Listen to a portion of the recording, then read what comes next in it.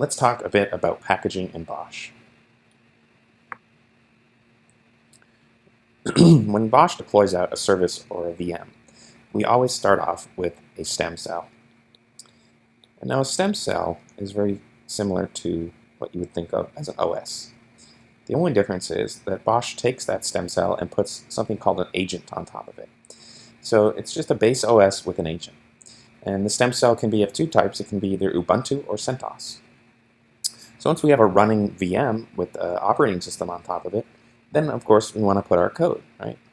And now this could be a RabbitMQ service, or it could be your own product itself. And how we package that in BOSH is we use something called a release.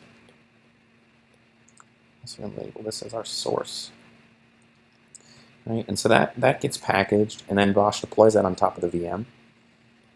And finally, then we have to give it our configuration. Right? So this is our third layer.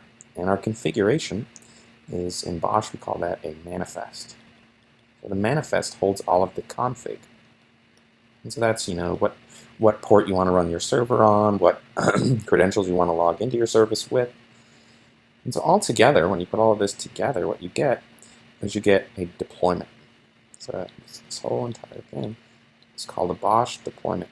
And so you're basically deploying your service. You start out with your OS, then you put your source code on top of it, and then you configure that source code, right? So this is the basic way of deploying services with BOSH.